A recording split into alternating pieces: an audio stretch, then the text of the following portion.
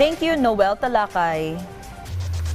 The House panel is all set for its inquiry into this hot issue of Chinese human traffickers, kidnappers, and other shady personalities using gaming operations as a front for their criminal activities. Our Meliles Morales has more on the House's deep dive into the Pogo issue.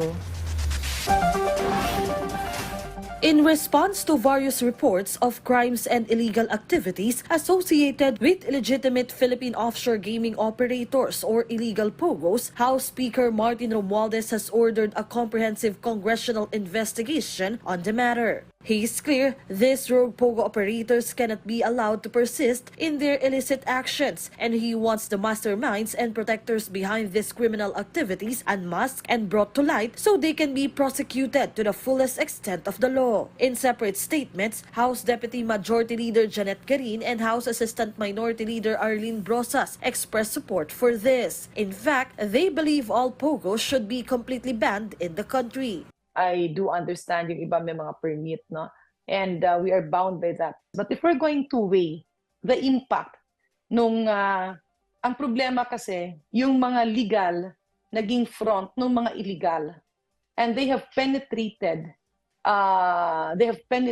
our country so much. Ito naman as in talagang blatant talaga na criminal activity yung mga nangyayari sa Pogo at kailangan talagang imbestigahan yun. However, House Ways and Means Committee Chair Joey Salceda, a former stock analyst and investment banker, has a different perspective. He said the government should not introduce a POGO ban as it will severely affect other sectors too and our economy in general. But Brosas said, Being one of the pinakamatinding ng revenues ng bansa, sa tingin ko yun yung kanyang pinanggagalingan, that's where he is coming from, being actually business.